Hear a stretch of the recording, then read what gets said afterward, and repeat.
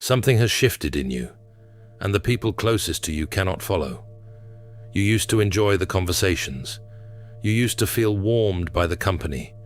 You used to walk into a room and feel part of it, part of the breathing organism of people and voices and shared meaning. And then somewhere in the last few months or years, without giving you permission to refuse, something changed. Now the same conversations exhaust you. The same people tire you. You find yourself making excuses to leave early, to not show up at all, to stop answering the phone. And you wonder quietly if something has gone wrong with you, if you have become cold, if the work you have been doing on yourself has hollowed out the part that used to love people. Carl Jung anticipated this moment in your life almost a century before you arrived at it. And what he wrote about it will not comfort you, but it will explain you. Over the next 40 minutes, I'm going to walk you through 5 stages of what happens when a person crosses the threshold of awakening and begins to see other human beings as they actually are. This is not about becoming better than people. This is about what consciousness costs, and why the dislike you feel, strange and guilty and unshakable, is not a defect in your character.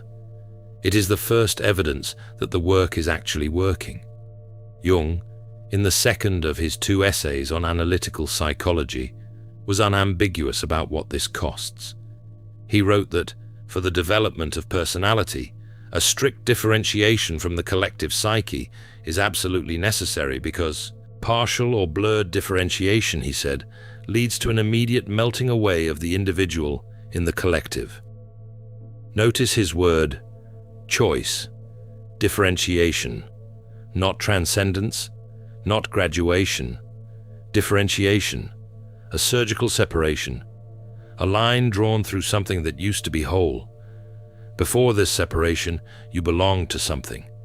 You did not know you belonged to it, because the belonging was invisible. The way water is invisible to fish. You moved when the group moved. You wanted what the group wanted. You feared what the group feared. Your opinions felt like your own, and for most practical purposes they were. But they were drawn from a common well so deep that no one living remembers digging it. And then something happened. Maybe it was gradual. A book you read that changed the shape of your interior. A relationship that ended and left you sitting in a silence so complete you could finally hear yourself think. A period of suffering that burned the furniture out of your personality and left only what would not burn. Or maybe it was sudden. A crisis, a death, a breakdown that turned out to be a breakthrough wearing the mask of a breakdown. Whatever it was, it separated you, and Jung was very precise about what this separation costs. Jung described the person at this stage, in the same volume, as a lonely figure with little or nothing to help him in our present-day culture. A lonely figure. Those are his words, not metaphorically alone, not philosophically alone, viscerally alone, in a way you had never been before, even in your previous loneliest moments. Because this is a different order of solitude. The old loneliness was the loneliness of being unseen inside the crowd. This new loneliness is the loneliness of having stepped outside the crowd and discovered that the crowd cannot follow. That the people you love most, the people whose voices you know better than your own, the people who would die for you and whom you would die for, cannot reach the place where you now live. Not because they do not love you, because they do not have the map. And the hardest part of this first stage is not the absence of people. It is the presence of people who used to feel like home and no longer do. You sit across from your mother, your partner, your oldest friend, and you watch yourself performing the familiar choreography. The polite nodding, the appropriate laughter, the well-rehearsed responses to questions you have answered 1,000 times. And underneath the performance, something in you is screaming quietly, because the performance is all that is happening. There is no contact. There is no meeting. There is only the graceful management of an encounter between two versions of you, one of whom no longer exists. Jung understood this exactly. He wrote that every person whose fate it is to go the individual way must proceed ever conscious of his loneliness and its dangers, ever conscious. Those are his words. A loneliness built into the road itself, carried the whole length of it. Read that again. Ever conscious of his loneliness and its dangers. Not a loneliness you pass through in a weekend. Not a loneliness your family is cruel enough to cause, or society callous enough to leave you in. Both may be loving you, as much as they ever have. But the condition cannot be lifted by anyone on the other side of the threshold, because the threshold is the problem. You are on one side, they are on the other. And the very organs of connection that used to transmit belonging between you have gone silent, not because anyone broke them, but because the frequency has changed. And this is where the first wave of the dislike begins, not as hatred, not as contempt, as fatigue, a bone-deep fatigue that arrives whenever you try to meet people in the old way, because meeting them in the old way requires you to temporarily become who you used to be. And every time you do it, you feel yourself getting pulled backward into a version of yourself that no longer fits, like putting on a coat you have outgrown. You can still wear it. You can even get the buttons closed. But something underneath is protesting, and the protest is getting louder. This is not a phase you will pass through quickly. The differentiation Jung insisted upon is the beginning of individuation, not the end. And it lasts, for many people, for years. Sometimes the entire middle of an adult life is spent here, in this particular wilderness, wondering if the way forward involves forgetting everything that has happened and returning to the undifferentiated comfort of belonging. You cannot return. The capacity for that kind of belonging has closed behind you like a door that was never locked from the inside. And the new kind of belonging, the kind Jung promised at the end of individuation, has not yet arrived. You are between homes, and the between is where the dislike takes root, because when you cannot return to the crowd, and the crowd does not know you have left, every attempt at connection reminds you of the distance. And the distance, over time, begins to feel like the fault of the people who cannot cross it. It is not their fault. It is not yours either. But the psyche, in its exhaustion, needs somewhere to put the feeling, and the nearest target is whoever is standing in front of you, still speaking the language you used to speak. As the isolation deepens, something in you begins to notice a phenomenon you had never quite been able to see before. And once you see it, you cannot unsee it. You begin to see the masks. Jung gave this mask a name that has since entered common usage, often without the weight he originally gave it. He called it the persona, and he defined it with a precision that is worth pausing to absorb. In 2 essays on analytical psychology, he described the persona as a compromise between the individual and society as to what a man should appear to be. A compromise, not a lie, not necessarily a deception in the cruel sense, a compromise, a negotiated settlement, a contract the individual signed long before they were old enough to read contracts, agreeing to present themselves in the shape that society would accept in exchange for belonging. Everyone has a persona. Everyone. Jung was clear that this was not a flaw to be eliminated. It is a necessary psychological organ, as essential to social life as language. You cannot walk into a job interview as the raw, unmediated totality of your psyche. You cannot meet your partner's parents as your shadow. The persona is what allows the delicate, contradictory, half-formed contents of your inner life to be translated into a form that other humans can interact with, without collapsing under the weight of all you actually are. Empaths aren't broken, they're alchemists in progress. The alchemist's path gives you drills, Jung-based boundaries, and 3 exclusive chapter videos to turn overwhelm into clarity. By Surreal Mind, 236-page downloadable ebook in stock. Begin now at thesurrealmind.com. But here is where the trouble begins for the person who has crossed the threshold of awakening. Before, you wore your persona without noticing it. You wore it the way you wear your own face. It was you. It was everyone. The whole social world was a rich choreography of personas encountering other personas. And the encounters felt real because everyone had agreed, silently, that this was what real meant. And then, in the process of whatever crisis or quiet erosion led to your current state, your own persona slipped. Maybe it slipped all at once. Maybe it slipped so gradually you did not notice until you could not find it again. But at some point, you began to walk through the world without the smooth layer of social adaptation that used to cushion every interaction. And the moment your own mask came off, you could see everyone else's. This stage where everyday social roles and small talk begin to feel incredibly hollow. And the hollowness is neither a judgment you are making nor a superiority you have developed. It is a perceptual shift. You are literally seeing something that you could not see before. The gap between what people are presenting and what they actually are. The gap between what is being said and what is being meant. The gap between the performance and the performer. And the exhaustion of this perception is difficult to overstate, because now every conversation is two conversations. The spoken one, and the one running underneath it that no one is acknowledging.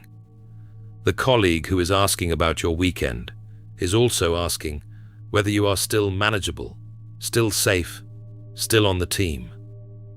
The relative who is asking about your job is also asking whether you have fulfilled the narrative they need you to fulfill for their own sense of order. The acquaintance who is asking how you are is hoping that you will say fine, because any other answer would require them to drop a mask they are not ready to drop. And you answer the spoken question because that is what civilized people do. But part of you is watching the entire transaction from a great height and wondering what it would cost to tell the truth for once. What it would cost to say, actually, I am falling apart. What it would cost to say, actually, the conversation we are having is the conversation neither of us wants to have. What it would cost to step outside the compromise Jung named and see what was left standing. Usually you do not tell the truth. You answer fine. You smile. You perform the expected choreography.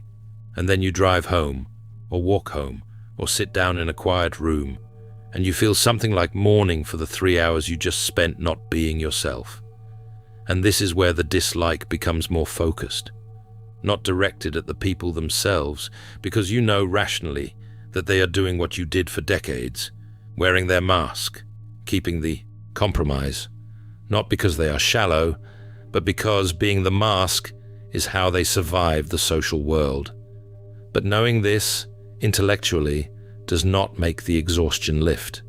You still leave these interactions feeling drained, and the drain has to come from somewhere. And the nearest source, at least in the moment, is the people you spent your energy performing for. Jung saw this exhaustion clearly. He did not tell his patients that the persona was evil. He warned them that to identify with one's persona, to confuse the compromise with the self, is where the specific suffering of modern life begins. And when you drop your own persona, even partially, you can no longer identify with anyone else's. You can only see them. And the seeing at this stage still feels like something is wrong with you. Something cold, something critical, something that used to be warmer. You are not colder, you are less disguised, and the people around you are not aware they are being seen through, which means your seeing feels like a secret, and the secret feels like a betrayal of the compromise they still believe they are keeping with you. There is a deeper layer to what you are experiencing, and Jung located it in his psychological types, with a phrase that, once you understand it, reorganizes how you see every human relationship you have ever had. He called it Participation Mystique. He borrowed the term from the anthropologist Lévy-Bruhl, who used it to describe a primitive form of relatedness between humans and the world around them, in which there was no clear line between the individual and the environment, no clear line between the self and the group, no clear line between your feelings and the feelings of the person next to you. Everyone was, in a sense, participating in a shared psychic field that preceded the concept of an individual self. Jung took this term and applied it to modern people, and what he found was almost disturbing in its implications. He said that participation mystique, far from being confined to the primitive past, is found very frequently among civilized peoples, usually between persons, rather than between a person and a thing. A transference relationship, he called it, in which the object acquires a sort of magical, absolute influence over the subject. Which is to say, it remains the water almost everyone is still swimming in, across almost every relationship they have, without knowing they are in it. You have been inside this condition your entire life. You did not know you were inside it, because it was the water you swam in, but the reason your mother's moods dictated yours without your permission. The reason your partner's anxiety crawls into your body through no act of will you can identify. The reason an entire room can shift from cheerful to tense without anyone saying a word, and everyone in the room simultaneously registers the shift, is participation mystique. It is what Jung called an unconscious identity, a condition, in his words, of partial identity between subject and object. A psychological connection with a compelling character, he wrote, because the libido that carries it operates from the unconscious and is not at the disposal of the conscious mind. You are bound to the people around you by a thread that has never been conscious, never been chosen, never been examined. You inherited the thread from your family. You extended it to your partners, your friends, your children, and the thread has been carrying psychic information in both directions, constantly, for your entire life. Now, here is what awakening does to participation mystique. It severs the thread, not because you chose to sever it, not because you stopped loving the people on the other end of it, but because consciousness, once it turns back on itself and begins to examine the field it is embedded in, begins to dissolve the field by the mere act of looking. Jung's point was this: the moment consciousness turns back on the psychological field it has been embedded in, the field begins to dissolve, not because you have chosen to dissolve it, because consciousness by its nature is differentiation, and participation mystique is, by its nature, non-differentiation. The thread, once seen, cannot continue to operate the way it did when it was invisible. Seeing it is cutting it. And this is why the dislike you feel has a specific, strange quality to it. It is the dislike of someone you used to be unconsciously fused with and are no longer.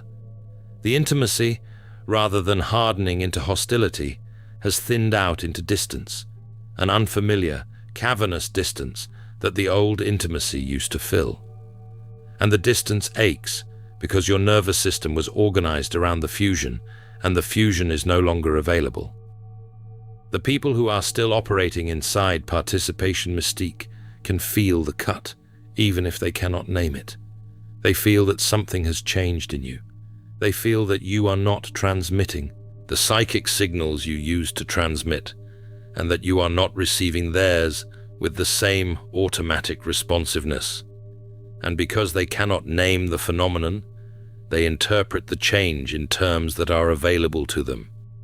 You have become distant. You have become cold. You have become arrogant. You have become selfish. You have changed, and the change is experienced by them as a wound, because the wound is real. The thread you shared with them is no longer carrying current, and you cannot fix this by trying to reconnect. You cannot fix this by pretending the thread is still intact. You have tried, probably many times. You have forced yourself into old conversations, old dynamics, old routines, and noticed that the more you try, the more hollow it feels, because participation mystique is not a skill you can consciously perform. It is a condition you can only inhabit unconsciously. The moment you are conscious of it, it has already begun to dissolve. This is Jung's most difficult teaching for the awakening person to accept. The consciousness that individuation produces dissolves participation mystique, and participation mystique was the glue of most of your relationships, which means those relationships in their original form cannot continue. Some will transform. The people who are themselves being pulled into a similar process will meet you in the new territory, slowly, haltingly, with mutual confusion and mutual relief. Others will not.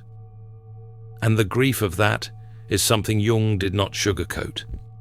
The individuation process, in his view, demands that the psyche reorganize around a new center of gravity, and the old bonds, which had been carrying the weight of your identity, were load-bearing. They do not come apart politely, and this is the stage where the dislike can feel the most alarming, because it is directed not at people you have identified as toxic or harmful, but at people you love, people who may have done nothing wrong, people who, by any objective measure, deserve the closeness you use to offer them, and yet something in you is pulling away with the force of a tide, and you cannot locate the decision that authorized the pulling. The decision was not made by you. It was made by the individuation process that is now running through you. And Jung's point was that this stage, as painful as it is not an error. It is the ground being cleared for something the old arrangement could never have allowed. There is a mechanism operating beneath every human relationship that the ordinary person never has to confront directly. Jung confronted it head-on, named it, and then told his patients what would happen to them when they could no longer deploy it. The mechanism is projection. Projection, in the Jungian sense, is not simply attributing your own qualities to other people, although that is part of it. It is the entire unconscious process by which you fill in the blank spaces of other people with content from your own psyche. You meet someone new, and within seconds your mind has constructed a version of them built almost entirely from your own material. Your hopes, your fears, your unmet needs, your unlived possibilities, the wounds you have not named, the parents you needed and did not get, the lovers you imagined before you ever met anyone. All of it projected onto the screen that happens to be standing in front of you. This is not a pathology. This is the normal operating condition of the human psyche. Everyone does it. Everyone has always done it. The entire texture of ordinary social life depends on it. Your friendships are partially real and partially the projection of what you need friendship to be. Your romantic relationships begin, almost without exception, as a projection of your own inner beloved onto a person who happens to fit the silhouette. The colleagues you admire are partially the person they actually are, and partially a screen onto which you have projected your own ideals. The people you dislike are often carrying a projection of the parts of yourself you have refused to acknowledge, and under ordinary conditions, these projections function like a bridge.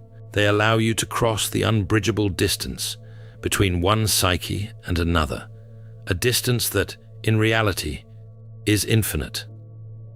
You do not actually know the interior of any other human being. You have only ever known the version of them that you have assembled from the clues they have given you and the material your own psyche has supplied to fill in the gaps. And that assembled version is what you have been loving, hating, admiring, and fearing your entire life. Jung was emphatic about the function of these projections in ordinary life. He defined projection in psychological types as the expulsion of a subjective content into an object, a process, he wrote, by which a subjective content becomes alienated from the subject and is embodied in the other. The subject, he said, gets rid of painful, incompatible. Contents by projecting them, and of positive contents too, for reasons of self-depreciation or the like. None of this, he noted, is chosen. Projection is, almost always, an unconscious process, not under the control of the will. What held your relationships together then was not what was actually shared between two psyches. It was what each of you had unconsciously placed inside the other. The bridge between any two human beings, in Jung's account, is a bridge your psyche built out of its own material, and then walked across as if it had found something waiting there. And the moment the bridge is seen for what it is, its load-bearing capacity changes. And what happens to you in the process of awakening is that piece by piece, you begin to withdraw your projections.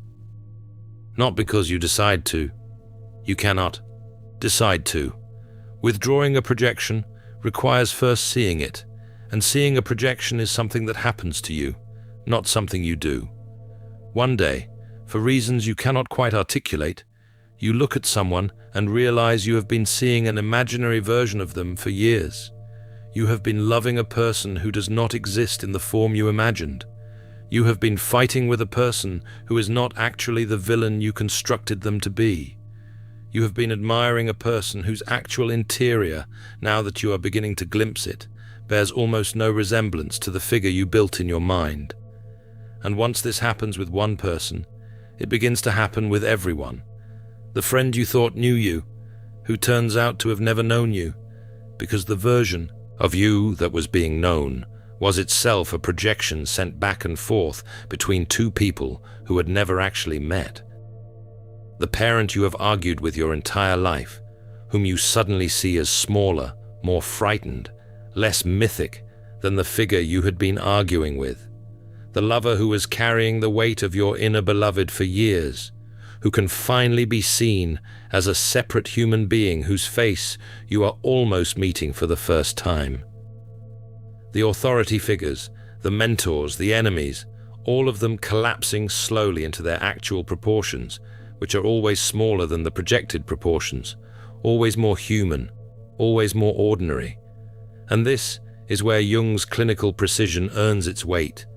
The withdrawal of projection does not restore connection. It obstructs the old kind of connection, because the old kind of connection was built on projection. Without the projection, every interaction becomes effortful in a way it never was before. You have to actually meet the person in front of you, rather than meeting the figure your psyche had placed over them. And meeting an actual person, an actual other psyche, is exhausting in a way that projection never was, because the actual person is unknown. The projection was familiar. The actual person surprises you. The projection confirmed you.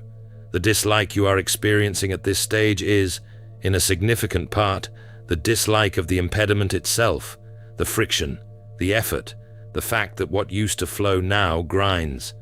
The grinding is coming from the dissolution of projections you did not know were even in place, and you may find yourself, in this period, avoiding people you used to love, not because you have stopped loving them, but because you cannot yet love them in the new way, and you can no longer love them in the old way. The old love was projection. The new love, if it comes, will require you to see them, to actually see them, and you are not yet ready. The organ of seeing has not yet fully formed, and until it does, the grinding between you and the people who expect the old frictionless love is unbearable. Jung did not promise this would be painless. He promised it was necessary, and the necessity in this stage looks a great deal like cruelty, even though the cruelty is no one's fault.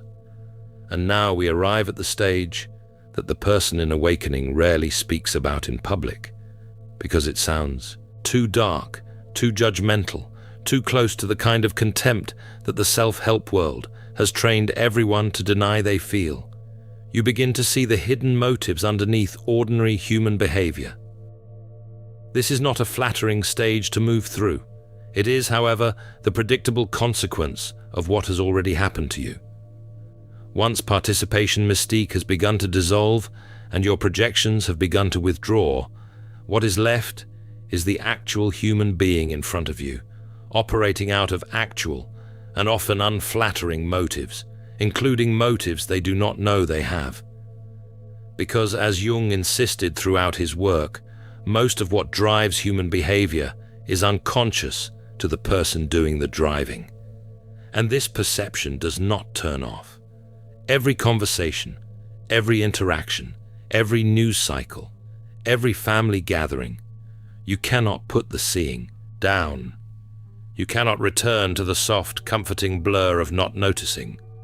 And what you are noticing has nothing to do with paranoid fantasy or projection in reverse. It is the ordinary, unacknowledged underside of ordinary human behavior, which your earlier self declined to see, because seeing it would have made social life insupportable. For instance, the friend who calls to ask how you are is usually calling because they need to tell you how they are. The relative who praises you does so with a specific inflection that makes it clear the praise is also a form of possession, a claim on the continued shape of your life. The colleague who champions your success is quietly keeping score, and the score is not as favorable as the public encouragement suggests. The partner who says "I love you" says it in a voice that occasionally carries an undertone of "I need you not to leave me." And your own voice, until recently, carried the same undertone in the same moments. Jung took this observation up a level.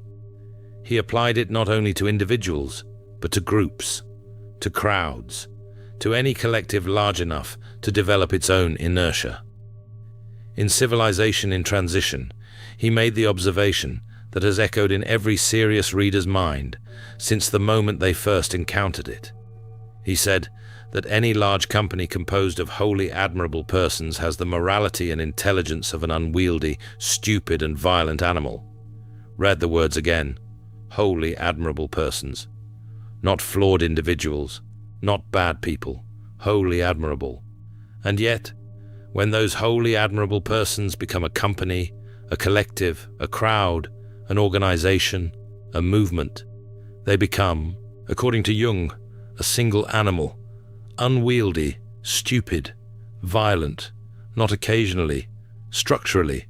And once you see this, you cannot attend a meeting, a gathering, a family event, a rally, a workplace, a church, a scene of any kind, without the awareness that the collective intelligence in the room is lower than the intelligence of any individual in it. And often, dramatically lower. The stupidity and the cruelty of the group emerges from the interaction between people who, one at a time, would never be capable of it. But together, unconsciously bound by participation mystique, riding the currents of each other's projections, they become something neither of them intended and none of them can control. This is not cynicism. Jung was not a cynic. He was something rarer. He was a clinician who had watched closely enough, for long enough, to see the mechanism without flinching. And his point was not that people are bad. His point was that the psyche, in its collective form, operates at a far lower level of consciousness than in its individual form, and the person whose individual consciousness is beginning to rise is going to find themselves in an increasingly painful position. They will be surrounded daily by a collective operating at a level of awareness they have already left behind, and they will not be able to explain this to anyone inside the collective, because the collective, by its nature, cannot step outside itself to see itself. And this is the stage where the dislike of people can harden into something that frightens you. Because now you are not just tired of individual people, you are increasingly alienated from the collective behavior of humans. As a species, the news exhausts you, politics exhausts you, social media exhausts you, workplaces exhaust you. The fact that the same patterns keep repeating century after century, generation after generation, with each new cohort certain that they have finally seen through what the previous cohort was blind to, and then falling immediately into the same collective trance their parents fell into, begins to feel less like a tragedy and more like a feature of the species. Jung did not ask you to pretend this is not the case. He asked you to see it with a clarity that does not curdle into contempt. Because contempt, as we will see, is a trap of its own. But first, he asked you to see. And here is where we arrive at the reason this video exists. The reason this territory is so rarely named out loud. The reason the awakening person, at this stage, often begins to wonder if there is something deeply wrong with them. To step off the road, the collective is still walking on the road of participation mystique and mutual projection, is to carry a burden the people still on the road cannot see, and whose weight they are likely to resent when they catch glimpses of it in you. To the person who has not yet left the track, your new path does not look like individuation. It looks like madness, like a kind of self-indulgent failure to do what every other adult is expected to do, which is to show up, contribute, perform, maintain the collective illusion, and not mention out loud any of the things you are now unable to stop noticing. And the people still in the collective will not frame their discomfort with you as a psychological insight. They will frame it as your defect. You have become negative. You have become dark. You have become too much. Not even critical of your conclusions. Critical of the fact that you are thinking about these things at all. The fact that you are letting the dying parts of the social contract register with you rather than looking politely away. The fact that you are refusing to pretend that the emperor is fully clothed when you have seen for yourself that he is not. And you will feel, at this stage, a temptation that you must understand clearly if you are to survive it. The temptation is to retreat into total solitude, to give up on human connection entirely, to conclude that the collective is too sick for you to re-enter it, and that the individual connections you still have are too compromised by unconscious dynamics for them to be worth the exhaustion. Jung saw this temptation. He named it.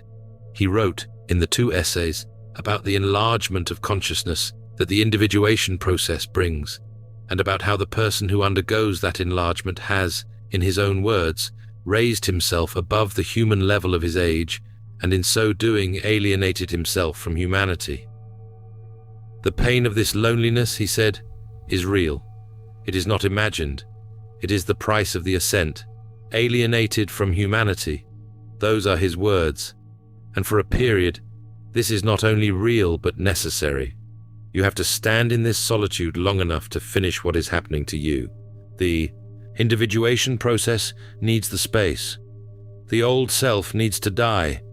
The new self cannot be born inside the noise of a continuous stream of old relationships still making old claims on you.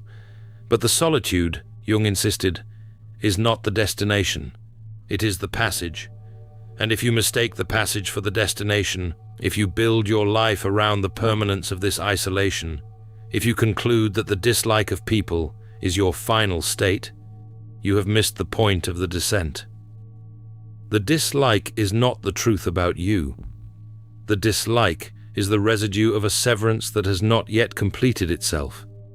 And once the severance completes, once the old participation mystique has fully dissolved and the old projections have fully withdrawn, something else becomes possible.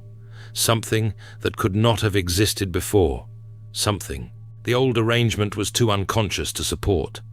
But first, you have to be willing to stand in the solitude without fleeing it and without permanently settling into it. And that is the hardest thing. Here is what almost no one tells you at the beginning of this process. The dislike of people is a stage. It is not the end of the road. It is the hinge in the middle of the road. The dislike is what happens when the individual has left the collective but has not yet arrived at the new form of relatedness that individuation, in Jung's account, makes possible. The exhaustion with people, the withdrawal from groups, the impatience with small talk, the friction with old relationships, All of this is the necessary emptying of a vessel that was full of unconscious material in preparation for a different kind of filling. And this different kind of filling is the part of Jung that does not get quoted often enough, because it does not fit the caricature of Jung as a mystic of solitude. In the 2 essays on analytical psychology, he wrote that the process of individuation must lead to more intense and broader collective relationships and not to isolation. Those are his words, almost verbatim. More intense, not less. Broader, not narrower. The person who has passed through individuation does not end up alone on a mountain. They end up in a form of relationship with other humans that was simply not available before the descent. A relationship not held together by participation mystique, not held together by projection, not held together by the polite exchange of compatible personas. A relationship between 2 psyches that have each done the work of becoming individual and who meet as individuals in an air so much cleaner than the one they used to breathe that they can finally hear each other. This is what Jung meant when he said the goal of individuation is not isolation. It is the discovery of a quality of connection that the old fusion made impossible. The people you will love after this process completes are not necessarily the same people you will have disliked in the middle of it. Some of them will come back to you, transformed by their own similar descent. Some will not, and the grief of that is permanent. But new people will find you. People who were waiting on the other side of the threshold for someone who had actually crossed it. People who do not need you to wear the persona anymore. People who will not require your projections to stay in relationship with you. People who can meet you as you are because they have done the work of becoming themselves and they recognize the cost. This is the slow, quiet gift of what looked for a long time like a curse. The dislike you feel now is not who you are becoming. It is who you are leaving. Jung spent his life mapping the long road between the collective trance and the individual soul. And the middle of that road, where the journey is most often abandoned, is the stretch where other people begin to feel like strangers, and you begin to wonder if something in you has gone wrong. Nothing has gone wrong. Something has begun to go right. If this reached something in you that you have been carrying without a name for it, leave a comment below. I read them. And if you are not yet subscribed, this is the kind of territory we walk through here. Subscribe so you do not walk it alone. In The Alchemist's Path, perception training for empaths, you'll turn overwhelm into wisdom with practical drills, Jung-inspired boundaries, and step-by-step perception training. This guide includes 3 exclusive chapter videos to deepen each lesson. Written by Surreal Mind, 236 pages, beautifully designed 8.5 by 11 downloadable ebook, in stock now. Start your training today. Feel deeply while thinking clearly. Get The Alchemist's Path at thesurrealmind.com.